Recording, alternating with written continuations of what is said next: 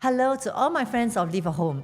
Today I'm going to do a replay of today's topic on what are the top 3 red flags to avoid in 2026 so that this can benefit you in the upcoming year's property decision before you buy any property.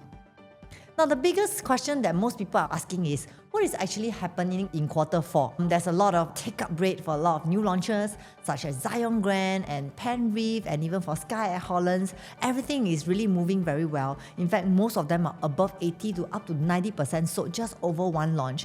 You can hardly see this happening in usual days.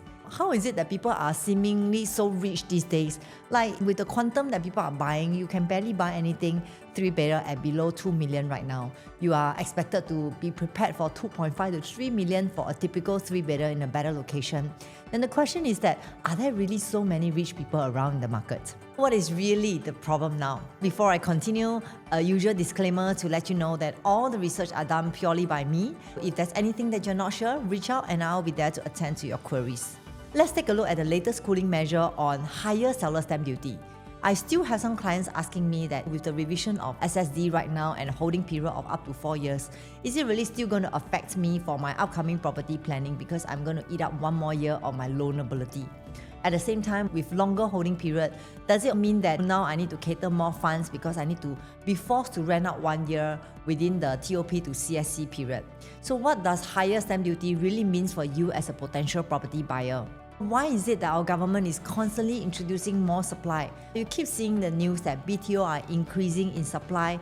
There's about 55,000 of BTOs to be launched from 2025 to 2027. If you realize, they also mentioned in the Straits Times that among these, 3,001 will be launched in October 2025, which is 2 months ago, and there will be shorter waiting time for those of them.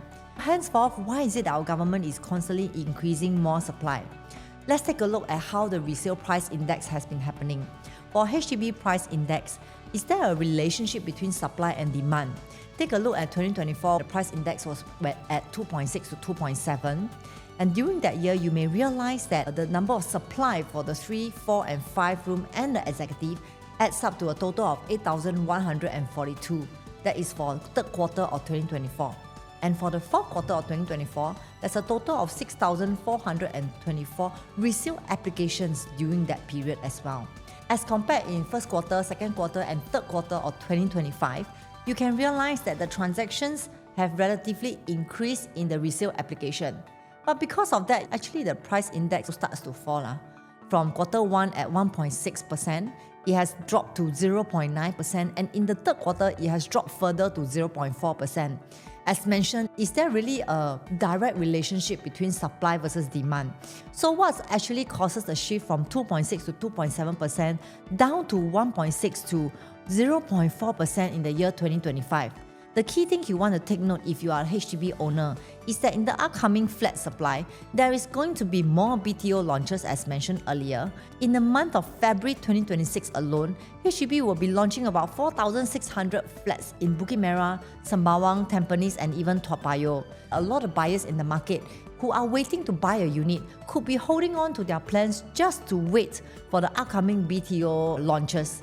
With this is one of the reasons you realize how come the price index start falling, because they are already announcing in the news that there's going to be more BTO supply for those of you who are looking for public housing. So what do you think the HDB market will be in the year 2026, since now we are a bit more aware that there's going to be increasing supply? Firstly, if you take a look at past history, in the year 2019, you realize the price index was at 0 point something single digit, which is at 0.3 negative all the way to 0.5%. If you take relation to the supply, in the year 2019, it was at 14,000 of supply for BTO and 6,008 supply for sale of balance flats. And total, there's 2 sale of balance flat exercises in that year alone, and that's why prices were kept relatively on the lower side. And fast forward to 2020 and 2021, you realize that actually during that year, there's 2 balance flat supply launches and also COVID period. And during this year, you realize that the price actually went up by a lot. Firstly, because BTO construction was on hold due to COVID situation. And also there was no way for government to really release any more BTO launches at that time due to adjusting to COVID. Therefore, with the lesser supply in BTO or new launches, people have to naturally lean onto the resale. That is the reason why you see the percentage change on quarter to quarter of the increase. Moving forward to the year 2020 and 2023 for the supply, it was at 23,000 and 22,000 back to back. This is to catch up with the shortfall during the COVID period, and that's why you can see that in the year 2023, prices starts to come down at 1% to 1.1%. By looking at this, it directly affects us because we can now see relationship between our government's BTO and sale of balance flats supply versus the actual demand that could spill over to the resale price index. And now we are actually in the year 2025. In the year 2025, there was a total of 19,600 BTO supply and slightly more than 5,005 balance flats. With this, our price index starts to see a shift coming to the end of 2025. It is definitely very clear to us that the likelihood of 2026 should see another adjustment in the price index, and it is less likely that you are going to experience an increase in the property price index pertaining to HDB resale. On one hand, we're talking about HDB, BTO and sale of balance flats increasing in supply so that they can keep up with the growing demand. And on the other hand, we are now looking at another news that Singapore is going to trim public housing land supply. That means that a lot of speculators were saying that, oh, you know what, next year there's going to be a lot of new launches. And because there's going to be a lot of new launches, I'm going to expect that I will have a more corrected price for my private property. But that may not be true because our government is intending to hold back on the supply on GLS for private. And by understanding this, how do you think the private sector will now move in the year 2026? Will it see a price increment, or would you start to realize that there might be a slowing down of private housing's growth? The public housing supply on the confirmed list of GLS for the next 6 months will actually fall by 6.1% to 4,725 units lesser. This is a move that is actually taken to regulate the market in the private sector so that it won't be a situation where there's too much supply in the market, thus resulting in too much of a correction in property pricing. If I were to give you my opinion, I definitely will be saying that with the lowered supply in GLS, there might be a shift in resale property. There might be a potential chance that resale price index might go up for private, or there could be a chance that the GLS PSF might start going up faster due to lesser supply. If you are considering to buy a property in the year 2026, I'd like you to think a bit further. What type of property will you be buying? If you're considering a HDB or resale, do be mindful that the HDB resale sector might see some adjustment in good buys due to increasing BTO supply. And if you're considering a private property, I would like you to think the fact that are you okay to pay a slightly higher PSF for the upcoming GLS because supply is low. But nonetheless, if you're considering to go for a resale that you can move in immediately, you might be paying at a slightly higher premium because this is coming to be a year of property price correction. And with that, there are other factors that determine private property growth, and I hope you can take away those as well. Let's understand how people are actually affording, because we're thinking, how does people have so much cash these days to down for their property like 2.5 to 3 million, and whereas there are some people who are barely making ends meet at just a 1.6 to 1.8 two-bedroom. One determining factor that actually drives the market that you must know is the stock market momentum. Of course, we know that the stock market is somewhat directly influencing the property markets in Singapore. And plus, there's actually lower interest rates right now, which is quite hot and a lot of people are talking about. It's also fueling the confidence in most of the consumers. To help you to take relation with how it works, this is actually a very logical cycle to share with you. This is how the US interest rates, when it drops, how does it affect the property market? When US interest rate drop, people who have fixed D, they will actually start to realize that their income for fixed D will start to drop. They may not be so excited to put their money inside the fixed D. And what usually happens next is that they will now start to take money out from their initial account, and then there will be money that flow out of US, and when people want to take money out from that, they will be thinking of where to invest or where to park their money. With this is very real because I also do speak to a few of my investors, and they are also looking actively at property because they realize that they need to shift their funds to somewhere else. When they want to shift their funds to somewhere else, the few things they will always ask is the stability of this place, when if it's a country, the stability of the country. And it happens that Singapore is one of the safest countries to go to to park your funds. With that, they will then park their funds into Singapore. Normally, the money will flow into the equity market. When money flows into the equity market, this will also increase the stock prices gradually. As such, people who are making money from the stock prices, they will now want to cash out from what they made. And then they will be thinking, okay, so I want to take out the gains that I make and park it somewhere. Which property is good to buy and where should I buy? And that is one of the very vivid examples that I'm seeing from my clients who are investors, who have investments in stocks, that they want to diversify their investment portfolio. This is actually the impact when Fed announced that their rates drop, and this directly affects interest rates, and therefore this is usually the cycle to help you understand where are the money coming from. Now with this, you also want to ask yourself, what will happen then to the property markets if people now want to cash out from their gain and throw into real estate? When there's an increased demand of investors or purchasers, what actually will happen to the property market in the next year? The answer is for you to think about. To better take perspective about interest rates versus property prices, this chart is to share with you the STI have increased by almost 24% last year. From here, you can realize that property prices and stock market are usually packed together. If it's going through an uptrend, usually property prices will also be showing signs of going up, and that is the reason why you see this. And when it starts to actually have correction, property prices usually follow suit. For those of you who are thinking, how can I have a bit of a cutting edge to identify whether the property market will be going up or not? You can actually refer back to the stock market, because whenever there's some correction and going up, property also quite packed together. This is one of the signs we use to see the readiness of the market before we buy any property. Since we know that interest rates are doing a bit of correction, you may want to realize that whenever there's an interest rate correction, like a SORA over here, when the interest rates are low, it is also inevitable that a lot of demand starts to come back due to the fact that borrowing cost is lesser. When borrowing cost is lesser, property prices can go up during this period. And if you are someone who is very savvy, would you choose to buy when the property prices is high, or would you choose to buy when the property prices are low? Because chances are, when you're choosing to buy when property prices are high, is there a chance that might be lesser competitor during this period, resulting in you being able to find a good deal to buy at that time when demand is low? Or would you rather take action when everybody is buying, when you may end up having to buy at an increase in price that you didn't realize? Now, this may sound very basic to some of you. A lot of my clients, they do not know how to take relation with this. For whatever reason, they feel that it's better to buy when interest rates are low because borrowing cost is lesser. But they don't realize that had they taken action before the interest rate dip, they would have been able to enter at a relatively lower price, because the next time when interest rate comes down, property prices will start going up again, and it has happened time and again. If I were to buy, I will always look at opportunity. And by looking at opportunity, the first thing I will ask myself is, what kind of supply is there in the markets? Where is our government heading in the upcoming years in terms of supply? What kind of interest rates am I expecting now? And how can I see that the interest rates will be low or high in the next 2 years before I chart when I should sell and when I should buy? Of course, I know some of you may not know how to crystal ball this, and that's why I'm here.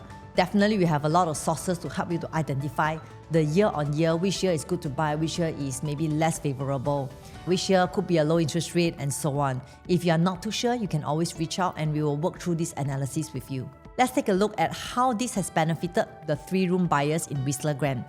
Those of you who have a unit in Whistler Glen, congratulations. During that year when you purchased, I'm sure it was a relatively cautious market in the year 2019 when interest rates were high and COVID happened at the same time. This is also the year that people were taking a step back because market was not very stable. There will also be people who are willing to take risks to buy at that time. So fast forward to Q3 2020 to 2022, when market starts to correct itself, you can see the correction, and the next moment you realize there's another price point. Buyers who have purchased at that time, they have already made a 10% gain during that era. And fast forward in the year 2020 to 2022, there's another increment of another 14%.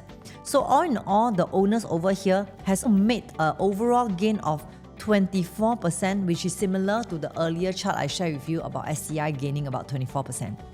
Then those owners who have already purchased the unit in Whistler Glen, of course they can continue to hold, or they can choose to sell since they have already made 24% from the year 2019 to year 2022, which is just a short 3 or 4 years. And from here, you can see during the year 2029, interest rates were high, and therefore property market had a knee-jerk effect. When interest rate starts to be stable, the property actually shot up, and that explains why you could see this happening. I want you to make sense of this because a lot of us don't know how to piece things together to make sense of when is the right time to buy. By looking at this, it's a very good reminder for you because it will tell you how to find the right timing to enter, especially if you're not sure. How to find the right timing to enter and you do not want to make your decision emotionally. Of course, there will be other groups of buyers who will be thinking, hey, maybe I should just wait a while to buy. Let's observe the market a bit more. I like to use this example because it's very clear. There are actually two kinds of buyers in the market. One kind of buyer is a buyer who takes action when others are not ready. And another kind of buyer is take action after they realize the market is such, which is later than they buy. For those who choose to take action in the year 2019, when interest rates were high and most buyers were cautious, they managed to get a good deal for a treasure at Tampines at 1.335. And this is actually a pool-facing unit in Stack 10. And then in the year 2022, which is 4 years down the road, when a buyer is looking for a unit, then this buyer may realize that actually the rest of the property prices have gone up so much, I better take action. By the time they decided to take action, they have no choice but to pay 302,000 higher than the other stack behind them. And the worst of all is that it's actually a rubbish tube facing. Because it's a rubbish tube facing and there's no other choice in the market, the buyer has no choice but to buy. Why am I sharing this with you? Because this is actually real. Plenty of buyers out there in the market are not sure when is a good time to buy and they are so afraid that they are buying under impulse. But since we now have a bit more clarity on relating interest rates versus property prices, we are very sure that in the upcoming year, next year, the private resale sector might have lesser supply. You are now given a bit more confidence to understand that if you buy at a later time, are you willing to pay probably a few 100,000 more for the same block but different facing? Because 300,000 can make a lot of difference for plenty of us. So choose your product carefully and choose your timing wisely. This is actually my client. It's a real case study that I have done with this special client. What happened is that they were looking for a unit in the year 2020. And during the year 2020, most of the buyers, as mentioned, are cautious. They were actually thinking whether should they upgrade from their HDB to a private condo or they should upgrade into an EC. And after much discussion, they were thinking, okay, maybe I'll just take the safer route and go for an EC. And of course, when it comes to EC, there's plenty of selection. We started off looking at Tenet. And during that year, in the year 2022, for a 1098 square feet, Tenet was going at about 1,100 PSF. For 1,100 PSF, one of the units that specifically we took interest on was 1,196 per square feet. At that time, he could still buy a 1.3 million for a good sized 3-bedder. And he decided that maybe I should just wait for a while more because I didn't want to go through the risk. And then fast forward to the year 2023, which is 1 year later, we realized that actually there are some changes in PSF already. Just 1 year difference, there's a 178 PSF difference at 1,374. And for 178 per square feet, the quantum literally increased to 198,000 more, which means that 1 year ago, he could save on his purchase price by 198,000 in terms of the quantum. But 1 year later, he's paying almost 200,000 more. What's the difference in terms of the down payment? Had he taken action in the year 2022, he would have only have a down payment of 328,000. But because 1 year later, he told me he wants to save a bit more money and see whether property market might slow down, he ended up having to pay 377,000, which was a 49,000 down payment difference. And at that moment, he's still not very convinced. He still feels that it's good to wait.